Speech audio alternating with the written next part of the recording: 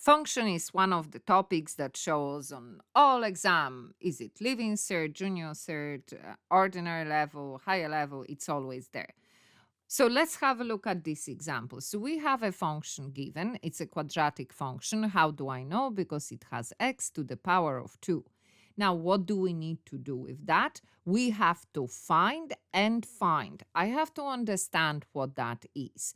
So notice that normally it is f, and then in bracket I have the x variable. But in this case, we don't have x. In place of x, we have 5. So that's what it means. They are saying replace x with 5. So if we do that, so instead of x to the power of 2, we're going to have 5 to the power of 2 minus, and again, instead of x, 5, and then minus 2. We put that in the calculator, we press equal, and we get 18.